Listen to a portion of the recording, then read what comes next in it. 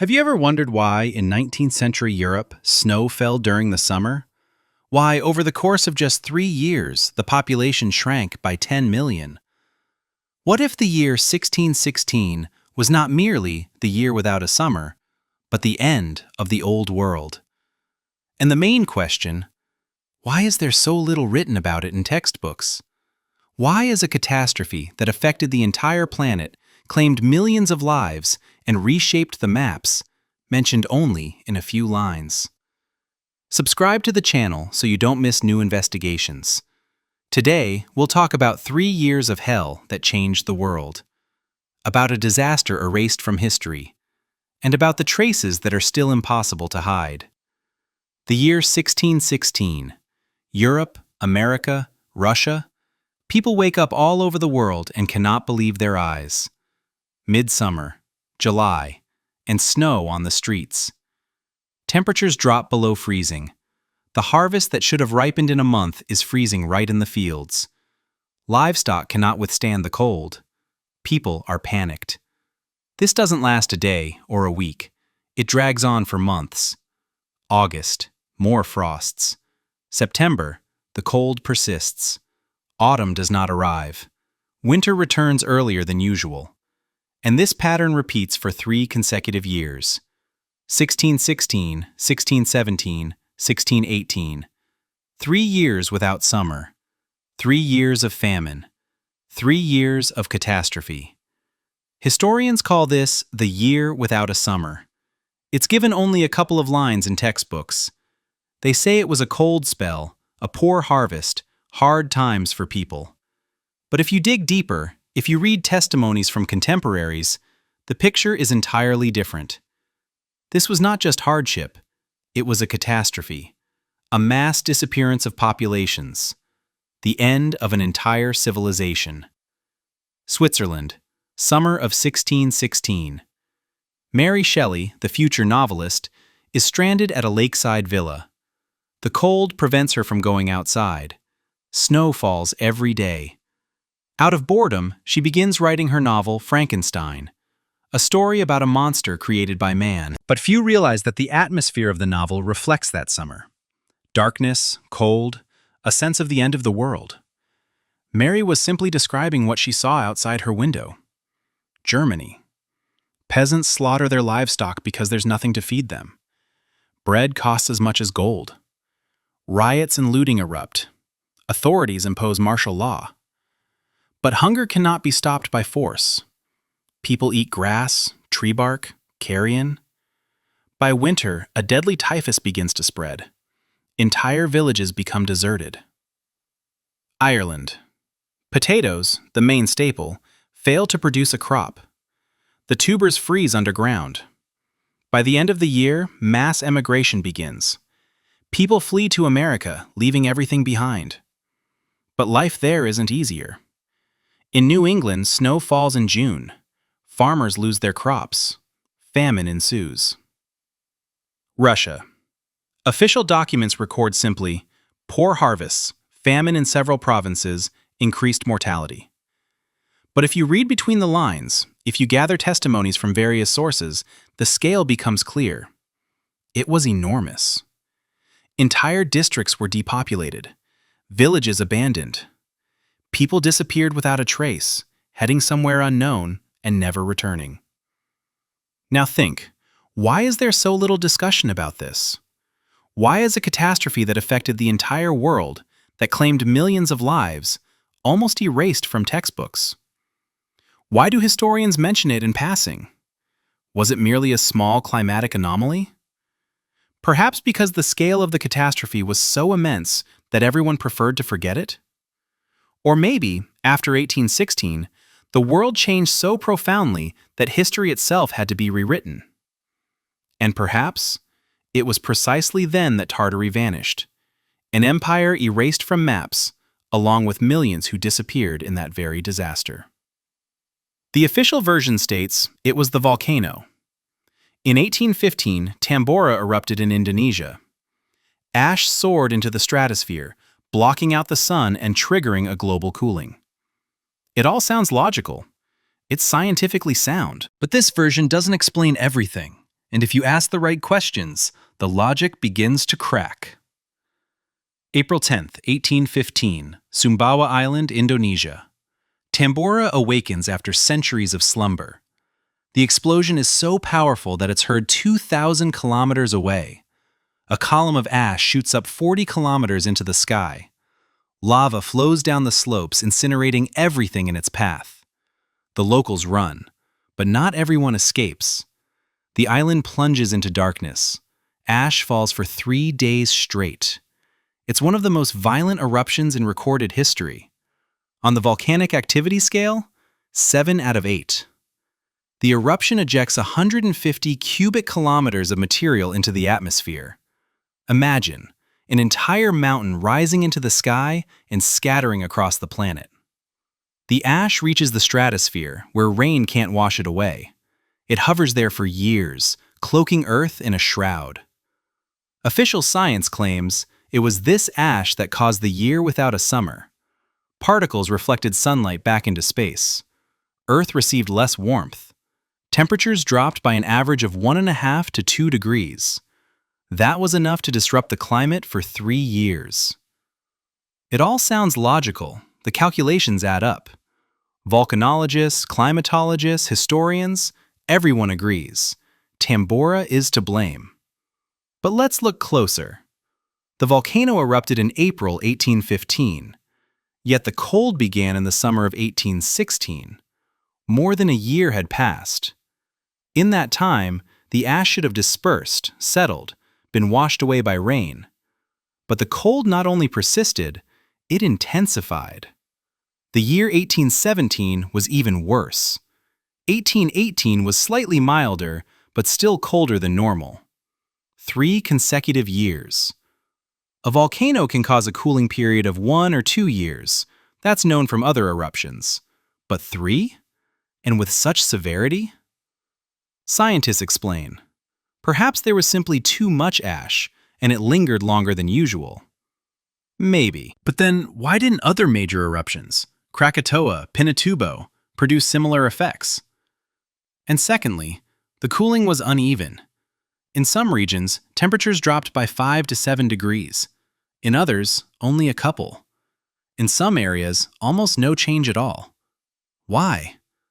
If the cause was ash, evenly distributed across the atmosphere, the effects should have been uniform worldwide. But that's not what happened. Europe and North America suffered the most. It was there that snow fell in summer. It was there that crops froze. It was there that famine began. And in the Southern Hemisphere, it's much weaker. Why did the ash impact the North more, even though the volcano is almost on the equator? There's another oddity: contemporary witnesses' accounts.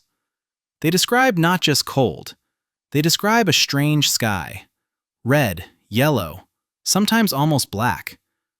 The sun shone dimly, as if through smoke. Stars were visible even during the day. The air smelled of sulfur. People complained of difficulty breathing, headaches, nausea. Volcanic ash can indeed change the color of the sky. But for such a duration? For 3 years? And with such intensity? Modern volcanologists say, at most a few months. Then the ash settles and everything returns to normal. But in 1816, the sky remained strange until 1818. There's a theory: massive rains. 3 years of cold, 3 years of rains, snowfalls, floods. Water eroded the soil, washed away the top layer, carried dirt into cities. Streets were flooded. Houses were submerged. People moved to upper floors. The first floors became basements. By 1818, the ground level in some cities had risen by 2 or 3 meters. Mount Tambora could have caused cooling, could have altered the climate, could have triggered rains. But could it alone have caused such a catastrophe? 3 years of cold, massive floods, flooded cities, entire regions disappearing from maps? Or was there another reason? Something they preferred to forget? The official version is convenient because it's unprovable. The volcano erupted, that's a fact. The cold began, that's a fact. The connection is obvious. But what if Tambora wasn't the only cause? What if it coincided with something bigger? Then everything falls into place. And then it's clear why, after 1816, the world changed forever. St. Petersburg. Take a walk through the city center and look at the buildings from the 18th and 19th centuries. Notice the windows. Those that today are at sidewalk level or slightly above used to be at human height. The first floors have sunk underground, sometimes by 1.5 meters, sometimes 2, and in some places, 3. The official version, a cultural layer. For centuries, people lived, built, threw away trash. Debris accumulated. The ground level gradually rose. Over 200 to 300 years, it added up to 1.5 meters, 2 meters. It sounds logical, but only at first glance. A cultural layer forms slowly, 1 centimeter per decade, sometimes faster in active areas, markets, ports. But 1.5 meters, 2 meters in 200 years. That's no longer accumulation, but filling. Massive filling. Throughout the city. Simultaneously. How is that possible? Look at old photographs of 19th century Petersburg. Many show workers excavating buildings, clearing entrances, digging out windows. Why? If the cultural layer accumulated gradually, why was it necessary to excavate it en masse? As if suddenly, the earth on the streets had been brought in sharply and it had to be removed. There are documents from the city administration of Petersburg from the early 19th century. The reports describe work on clearing streets of deposits. Deposits. Not trash, not waste, specifically deposits. That is, mud carried by water. And the volumes are staggering. Thousands of cubic meters just along the main streets. Where does so much mud come from?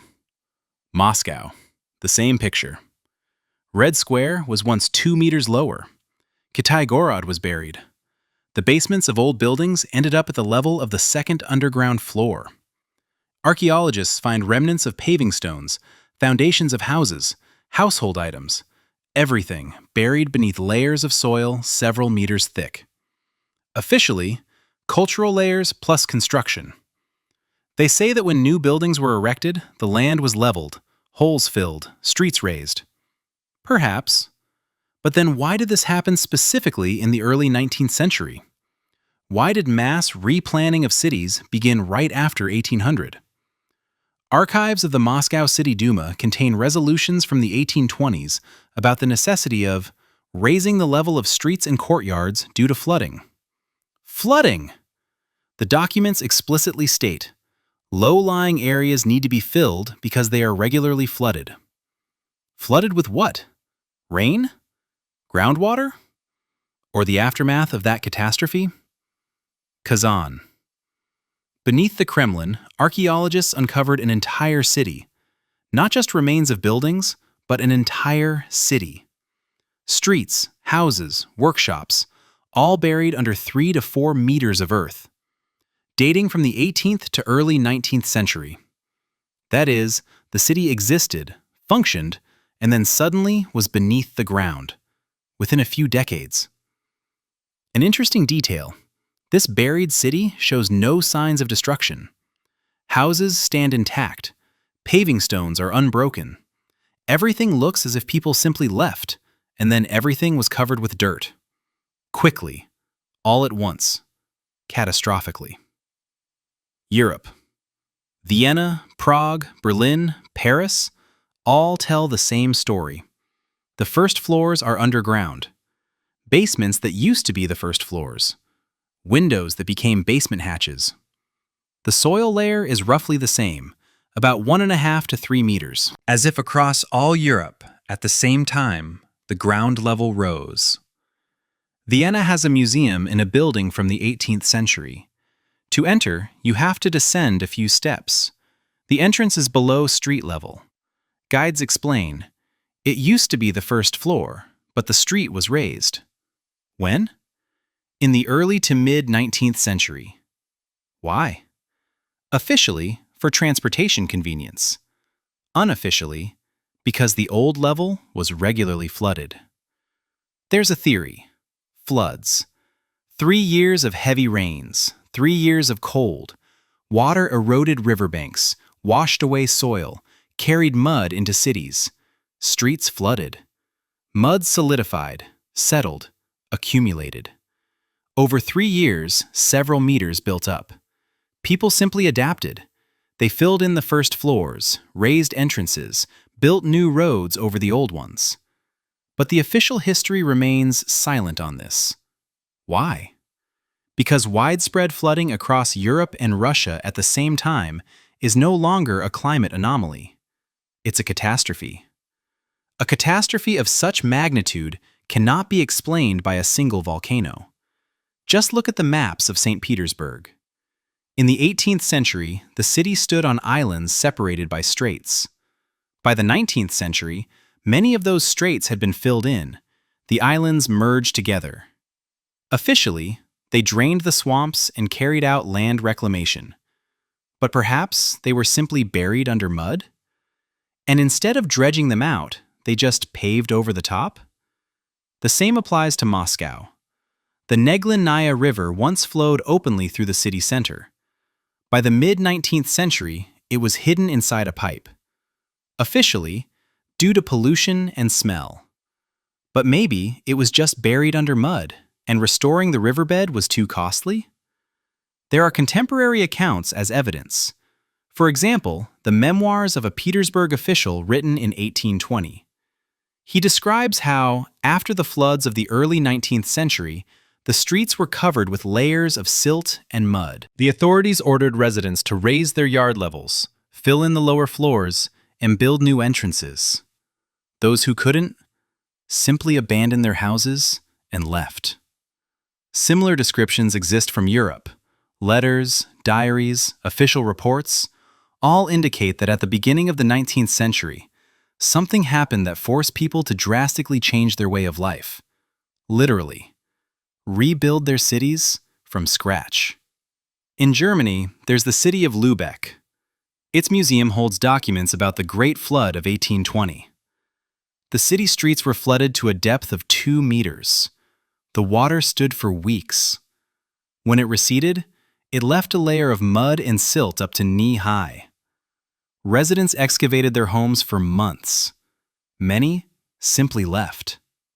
Yet this great flood in Lübeck is almost never mentioned in textbooks, as if it were a localized flood.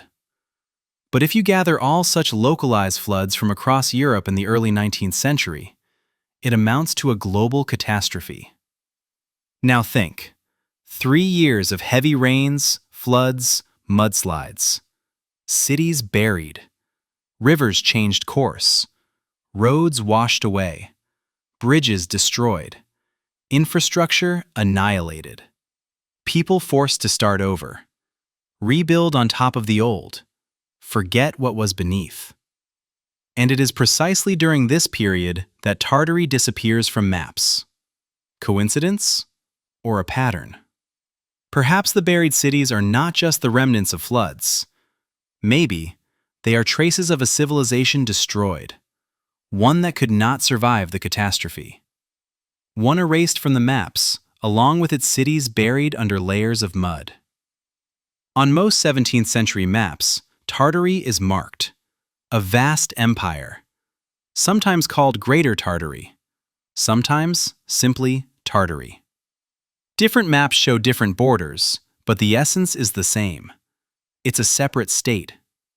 On John Speed's map from 1626, Tartary occupies half of Asia.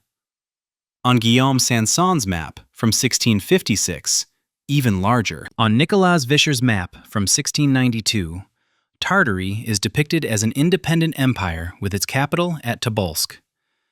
And these aren't just abstract lands. They show cities, rivers, borders. The cartographers drew what they knew. Now, look at a map from the early 19th century, the year 1820. Look at the same territory. Tartary no longer exists, at all, as if it was erased with an eraser. Instead, there's the Russian Empire. No explanations, no mentions, Just one empire vanished, another appeared. Official history simply states, Tartary wasn't a state, but a general name for poorly explored lands of Central Asia. Europeans didn't know who lived there, how power was organized, so they called everything with one word, Tartary.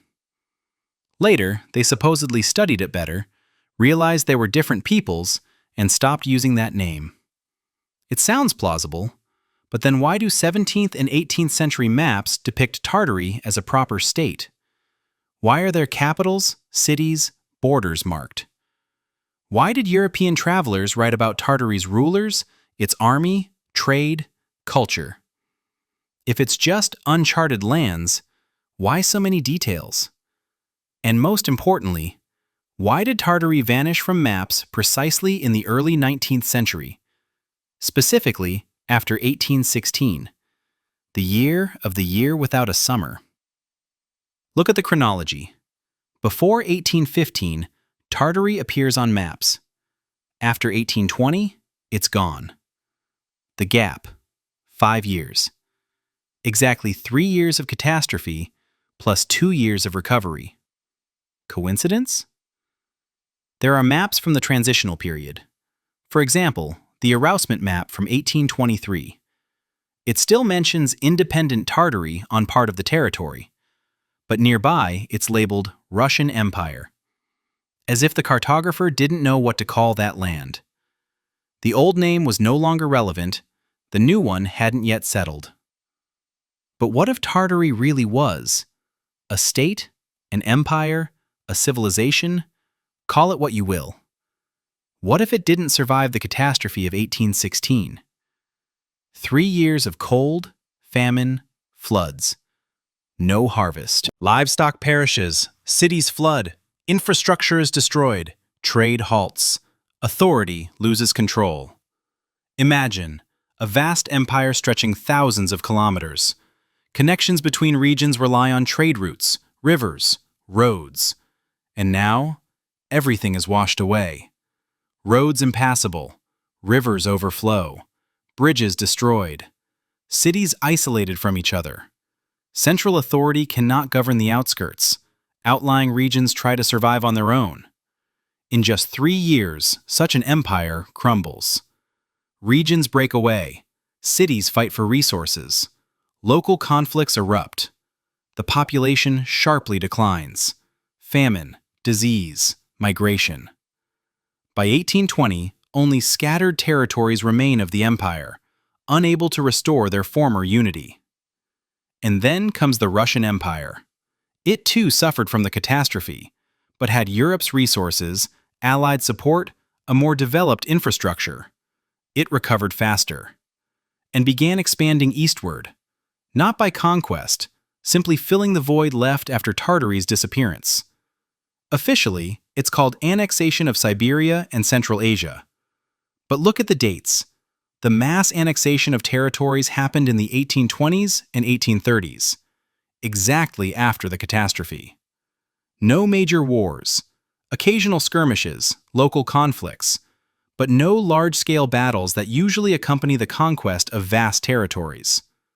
Why? Maybe because there was no one left to conquer. The lands had become deserted, cities abandoned, the population scattered. Those who remained simply accepted the new authority. Better some order than complete chaos. There is an intriguing document, a report by a Russian official sent to Siberia in 1825.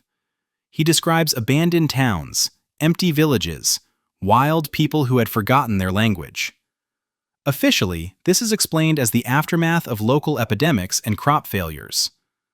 But what if it was the consequence of that very catastrophe? The catastrophe that destroyed Tartary. Another point, renaming. After 1820, a wave of renaming swept across Siberia and Central Asia. Cities received new names, rivers, new titles, entire regions, new designations. Officially, for unification within the Russian Empire. Unofficially, to erase the memory of what was before. If Tartary was just a geographical term, why rename? But if it was a real empire with its own culture, language, history, then renaming makes sense. The new power erases traces of the old. New names, new history. And maps are rewritten. By 1830, no mention of Tartary appears on any European map. Not at all. As if it had never existed. The territory is marked as Russian Empire, Siberian Governorate. That's all. No traces of the former name. And what if the catastrophe of 1616 was not merely a climatic anomaly? What if it was a turning point in history? The moment when one civilization vanished and another took its place. Then, everything falls into place. Then it's clear why Tartary disappeared from the maps. It didn't vanish. It simply didn't survive the catastrophe. And what was left of it was swallowed by the Russian Empire. The year 1616, June. A farmer in New England wakes up in the morning and sees his field covered in frost. The corn shoots have turned black. He tries to save the harvest, covers the crops with straw, lights fires along the edges of the field to warm the air. But a week later, snow falls. Snow in June. Everything he planted is dead. He's not alone. Across New England, farmers lose their crops. Wheat, corn, vegetables, all freeze. By July, it's clear. There will be no food this year. Panic ensues. People buy up last year's supplies. Grain prices skyrocket tenfold. Those without money are left with nothing. Europe. Switzerland. A farmer's family gathers around the table. On the table, a soup of nettles and bark. No bread for a month now. Potatoes have run out. The livestock had to be slaughtered. There was no feed. The meat was eaten quickly. Now they eat whatever they find: grass, acorns, roots. Children cry from hunger. The father remains silent. He knows. Winter will be worse. Germany, the city of Darmstadt. A crowd at the market. People demand bread. The baker shrugs. No flour, no supplies. The bakery is closed. A crowd bursts inside, smashing counters, searching desperately for anything edible. They find half a sack of rotten flour, grabbing handfuls of it greedily. Authorities call in soldiers. A scuffle erupts. By evening, only shattered display windows and bloodstains remain on the streets. Ireland, a village on the west coast. Half the houses are empty. People have left, some to the cities, others across the ocean. Those who stay cling on as best they can. They eat seaweed from the shore, catch crabs, cook fish if they're lucky. But the seas are cold and the fish have gone deep. A woman sits by the road feeding a baby. She has no milk. The child doesn't cry. He's too weak. France, Paris. The city still holds. Stockpiles, supplies brought from southern provinces, aid from the authorities. But prices are biting. A loaf of bread costs as much as a worker's weekly wage. Riots begin. Crowds smash bakeries, bread shops, warehouses.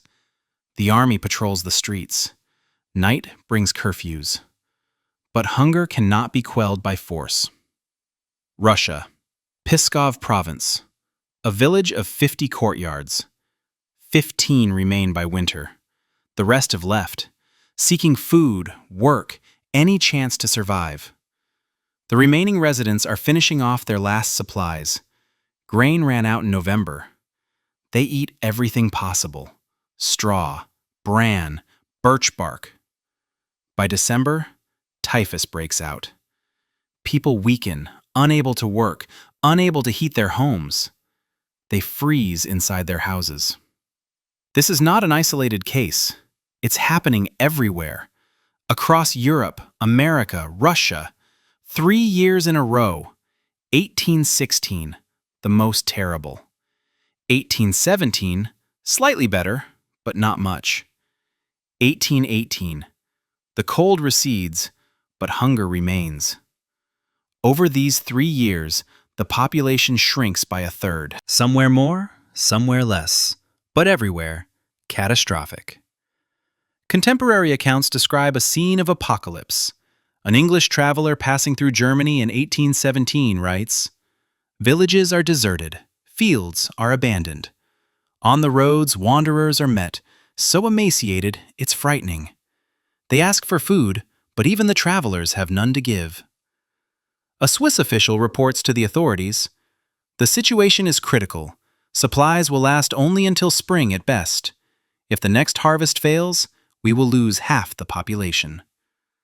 The next harvest failed. A French doctor records in his diary, "The hospital is overcrowded. People come to die. We can do nothing. No medicines, no food, no firewood to warm the wards. They lie there, waiting for the end."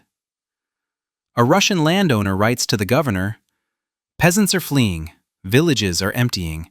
There's no one left to tend the land. I ask for help, but I understand. There's nowhere to get it. Everyone is in the same boat." Epidemics begin.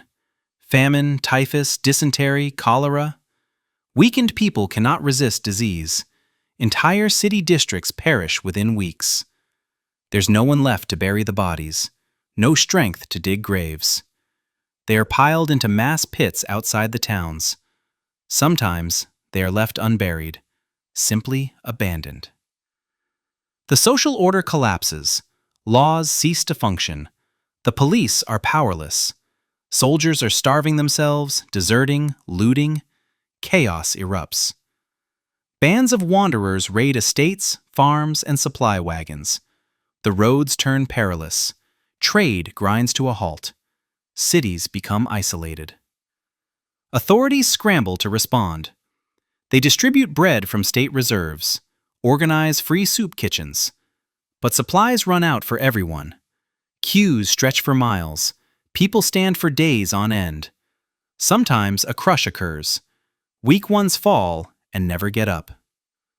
The church calls for prayer. Priests preach. This is divine punishment for sins. God tests our faith. They hold processions, services, fasting. But fasting amid famine feels like mockery. People stop going to church. Why pray if God doesn't hear? By 1818, the cold begins to retreat. Summer is somewhat normal. There's a harvest, not abundant, but something. People start to recover, yet the cost of the catastrophe is immense. Millions are missing, infrastructure destroyed, lands abandoned, economy shattered. And the most terrible? Psychological trauma. Those who survived these 3 years are marked by scars. They saw the world collapse. Neighbors, relatives, entire villages vanish. Power loses control. Laws cease to function. And they realize civilization is fragile. Just 3 years of cold, and everything falls apart. That's why they remain silent about it. Because acknowledging the scale of the disaster means admitting that it could happen again. That our civilization is just as vulnerable. That one volcano, one climate anomaly, and the world could plunge back into chaos. But traces remain. In documents, testimonies, abandoned villages, buried cities. And if you piece them together, the picture is terrifying. 3 years of hell that changed the world forever. The year 1815. Census data across Europe shows about 180 million people. The year 1825. The next census reports 170 million. Where did those 10 million go? Officially, natural decline, epidemics, local crop failures. But 10 million in 10 years is a loss of about 1/3% annually. For peacetime, that's catastrophic. But it's not just about numbers. It's about where the people went. Not simply disappeared, they left. Migration after 1816 took on a mass character. Entire villages were relocated. Cities lost half their populations. People fled from hunger, Cold. Memories. Ireland. Before the catastrophe, 6.5 million people. After, 5 million. 1.5 million vanished in 10 years. Where to? Officially, emigrated to America. That's true, but only partly. Ships to America were packed to capacity. But even counting everyone who reached the New World, the numbers don't add up. Several 100,000 remain unaccounted for. Germany. The southern regions, Bavaria, Württemberg, lost up to 20% of their populations. Officially, resettlement eastward into Russia or across the Atlantic. Catherine the Great and her successors actively encouraged Germans to settle in Russia, promising land, privileges, religious freedom. After the disaster, the flow intensified. Tens of thousands of German families are relocating to the Volga region, Ukraine, to Novorossiya. But again, the numbers don't quite add up. Official records show that about 50,000 Germans have moved to Russia. Yet, the population decline in Germany amounts to several 100,000. Where are the rest? Perhaps they dispersed across other countries? Maybe they settled in cities where they weren't counted, or simply vanished, like people do in times of crisis. Russia. Here, migration flowed in both directions. On one side, from the center to the outskirts. Peasants were resettled to Siberia, the Urals, Novorossiya. Promises of land, exemption from taxes for several years, assistance in establishing themselves. After the catastrophe, the number of willing settlers increased. Land in the center was scarce, and Siberia seemed a chance to start anew. On the other side, the indigenous populations of the outskirts were disappearing. Buryats, Yakuts, Khanty, Mansi, entire nations sharply reduced in number. Officially, epidemics, assimilation, a shift to sedentarism. Unofficially, they simply did not survive the catastrophe. 3 years of cold in Siberia, that's not survivable without supplies, aid, infrastructure. Siberian peoples lived by hunting, fishing, reindeer herding. When the climate changed drastically, the animals migrated south. Fish vanished from the frozen rivers. Reindeer couldn't withstand the cold. People were left without food. Those who could moved to cities, embraced orthodoxy, dissolved into the Russian population. Those who couldn't simply disappeared. America. It became the main destination for migration. After the catastrophe, the flow of settlers surged sharply. Irish, Germans, English, Scandinavians, everyone headed across the ocean. Promises of land, work, a new life. And many indeed found it. Post-war America, seeking independence, needed labor. European migrants became the backbone of its economic rise. But the journey was terrifying. Ships packed to capacity with people. No sanitation. Little food. Diseases decimating passengers by the dozens. Some ships lost up to a third of their passengers en route. Bodies were thrown overboard. Survivors arrived exhausted, ill, broken. There are records from ship captains. One describes a voyage in 1820 from Liverpool to New York. 300 passengers aboard. 48 died of typhus during the voyage. 20 more disembarked at the port and died on the dock within a week. The rest dispersed into the city. I don't know how many survived. By 1830, the demographic map of the world had changed. Europe was depopulated. America and its colonies filled with settlers. Siberia was being populated by Russians replacing indigenous peoples. Entire regions changed their inhabitants. And with the population, history itself shifted. The new residents didn't remember what had been before. They rebuilt, renamed, lived anew. Old names faded away. Old borders disappeared. Old empires vanished from memory. Tartary dissolved not only because it was erased from maps, it dissolved because its inhabitants scattered across the world or vanished altogether. And those who replaced them didn't ask questions. They had no time for history. They survived, built, settled. And when their children grew up, they no longer remembered that there was something else here. All they knew was what they had been told. And what they had been told was a new story. Documents could be rewritten. Maps could be redrawn. Peoples could be relocated, and names erased. But the physical reality could not be changed. You can't fool a stone. The earth does not forget. And if you look closely at the world around you, the traces of catastrophe are visible everywhere. The first sign? Buried buildings. Archaeologists know this well.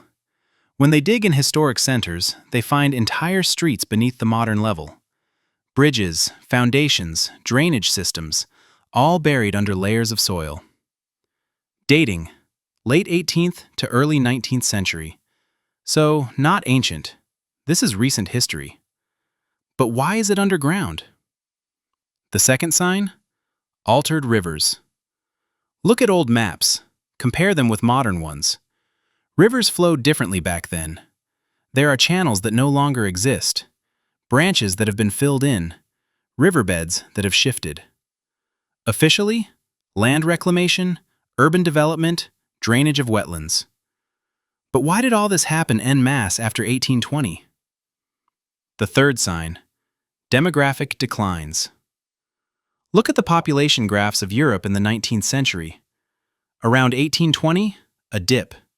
Not catastrophic, but noticeable. Officially, epidemics, crop failures, wars.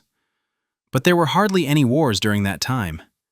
Napoleon was already defeated. Europe was recovering. So where did this decline come from?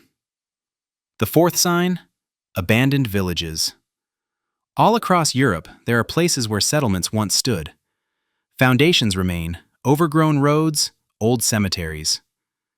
Dating, late 18th to early 19th century. People lived there, then disappeared.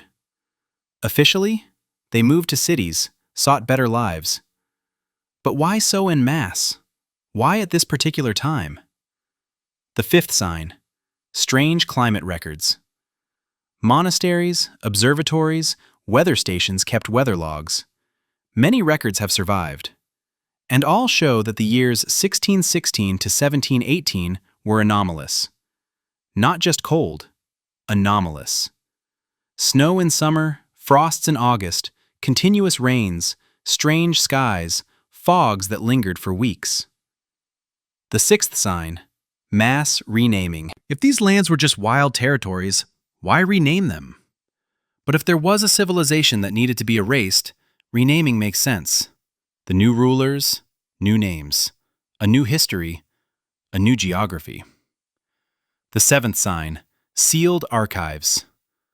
Documents from the early 19th century are classified or lost in astonishing numbers.